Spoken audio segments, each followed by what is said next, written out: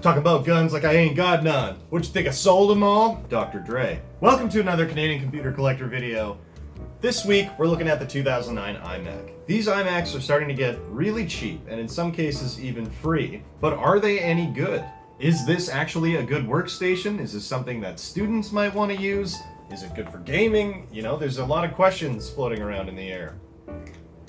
So I picked up this particular model for $50, including the Magic Keyboard, the Bluetooth Magic Keyboard, and the Magic Mouse. A little bit thinner than the 07/08 models, which we have one of behind us. This machine has 4 gigs of DDR3 1067 MHz RAM, a Core 2 Duo processor running at 3.06 GHz, which is respectable. It also has an NVIDIA GPU sharing 256 megs of memory, which could be a limiting factor here. At a distance, this machine is great. It looks nice. The resolution is gorgeous. The display comes through in like rich, bold, high definition colors. I mean, it's also glass, which is a nice thing. As far as form factor goes, you know, this is a very portable computer despite the fact it is a desktop, so it'd be great for someone like a student moving into a dorm if you're looking for a budget machine to do work on. And for $20, you can add 4 gigs of additional RAM, or even 8 gigs if you get it on sale. So for today's video, we're gonna test this machine at 4 gigs, 8 gigs, and 12 gigs of RAM to see if the upgrade's actually worth doing and if it'll have a decent impact on its performance. I'm guessing this is going to be an ideal machine for people who are doing things like word processing or, you know, using Excel, browsing the internet, but these tests will prove if it can handle more than that, like gaming. Oh, and one more thing. Before we get started, don't forget to like and subscribe. Let's get to it. What's up, gang? Let's take a look at YouTube 1080p with 4 gigs of RAM. So obviously these visuals can get a little bit choppy when full screen, but the sound is smooth, making it a decent computer to have on in the background or to watch videos, if not maximized. So, you know, it's not ideal, but it kind of gets the job done. I mean, you're not going to watch a full screen movie on YouTube and truly enjoy it, but, you know, you can listen to it. Counter-Strike Global Offensive took nearly a minute and a half to boot up. The intro is super choppy, and after dropping into the lowest settings and trying to join a game, after 14 minutes it did not connect. So we dropped the resolution even further and managed to join a game in just a few minutes.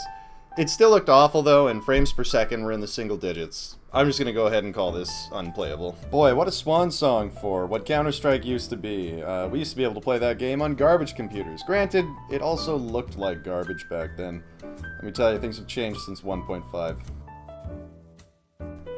Doubt. FTL, this game is based on 8-bit graphics. The first few times I tried to load, I only got a white screen, but the audio came through fine. So instead of launching through Steam, I tried launching through Spotlight, and it launched with no issues, oddly enough. I couldn't replicate the white screen issue after this, and it just seemed to play really well. So that's a pass. And no, we will not be accepting their surrender, so we're out for blood. Delicious resources. Into the Breach, another modern game using old school graphic styling. I assume you can play this on a low-end graphic machine regardless, and still get a great experience, and that's what it was in this case. I've always loved these games with the classic styling and the isometric graphics, and it's just a nice bonus that this style of game plays on most machines that are going to be available right now. Obviously, you won't be playing this on a G3 PowerPC. However, in this case, it seemed to work fine. Next up is Rocket League. Tried it with some fancy settings at first, and then tried lowering them as far as possible, and while the experience did smooth out a bit, the frame rate was consistently 17 FPS or below, and with the graphics down this far, I mean, frankly, it looks awful. In my opinion, it's unplayable. macOS also is no longer supported for multiplayer, so you would need to install Linux. Up next is everyone's favorite, Minecraft, or Minecraft, for those of you who say Minecraft. Took a while to load, but honestly, it's not that bad once you're in. It was a little bit laggy, but as a kid, I probably would have been super stoked to have this to play. As an adult, I definitely want a smoother experience to enjoy it, but I would still say this qualifies as playable. I mean, if you're a young kid and you just got one of these computers for free, go for it. Alright, we're gonna go poop another 4 gigs of RAM into this machine, and you can easily get your hands on 4 gigs of DDR1067 RAM for about $10. The late 2009 is 4 slots, so you can add either 2 2-gig SODIMMs or 1 4-gig SODIMM. You might even be able to find 2 2-gig SODIMMs for free from people who've already upgraded theirs to have 4 4-gig SODIMMs and are throwing out their nearly worthless 2-gig DIMMs. This is huge for us because at 8 gigs this machine really comes alive. As you can see, our friends at the Crab Rave are pretty much hanging out without any real lag issues. I mean, there was maybe a tiny bit of tearing that seemed to be happening at times. I mean, this is basically running as it should.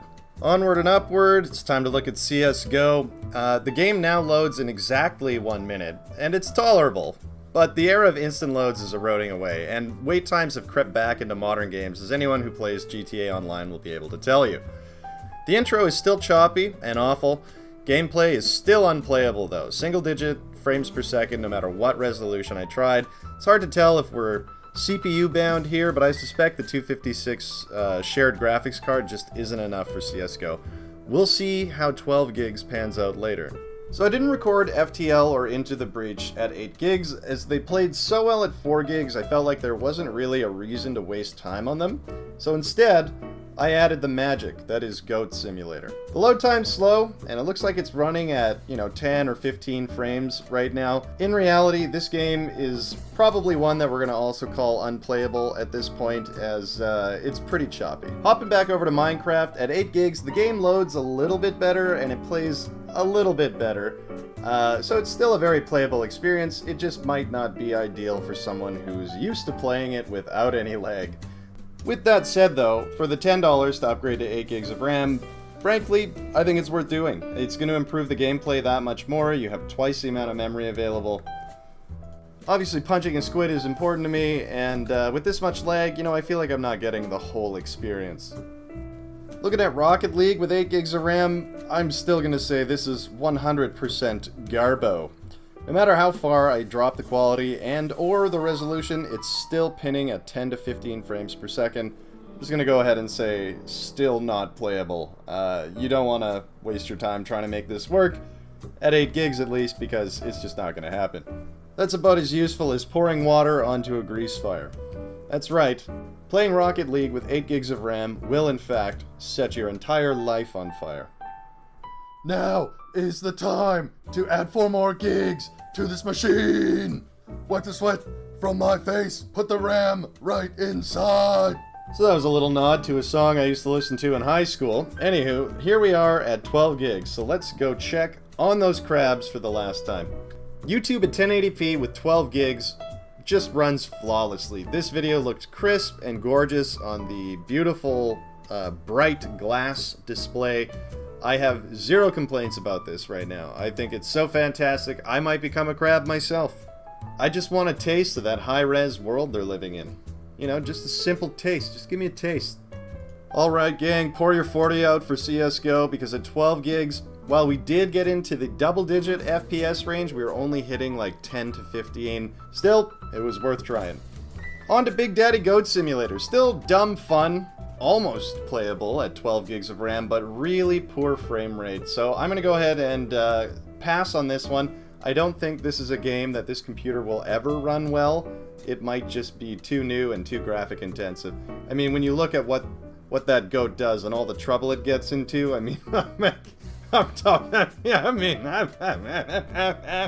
Minecraft is running slightly smoother than when it did at 8 gigs, and I'm going to call it still very playable. While it's not perfect, it's good, and I even soared up high above yonder mountains and surveyed a bunch of my surroundings, and there really wasn't much lag at all in doing so. So I'm going to call that another win for Minecraft.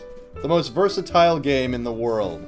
And I hope you still got some of that 40 left, because get ready to pour the rest of it out. Rocket League is just as bad at 8 gigs as it is at 12 gigs. We're looking at 10 to 15 frames regardless of what you do. This is clearly not memory bound, but CPU or GPU bound. And my suspicion is that it's mostly the GPU that's the limiting factor here. Okay, so in conclusion, I feel like I kind of called it at the start of the video. This is an ideal workstation for people who are using simple programs like Microsoft Word, Excel, and light browsing. The graphics are crisp and beautiful, and it's very easy on the eyes, so it is a good machine still for that sort of thing. You can do some light gaming on it, but mostly if you're playing games that have sort of legacy style graphics, you know, things like Minecraft, FTL, Into the Breach, these games are going to work on here, but as soon as you try to get into any kind of realistic graphics in a video game, it's just not going to work. So for under $100 all in, that includes the cost of the RAM upgrades as well as the machine itself. And I should mention too that $50 for this thing seemed like good value for the keyboard and mouse alone, but it came with a whole computer as well. I think this is a great budget option for someone. It's a very usable machine.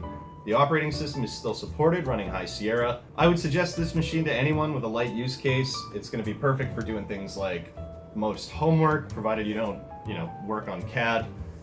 It's not the greatest gaming machine, but as we said before, there are some things that it can handle.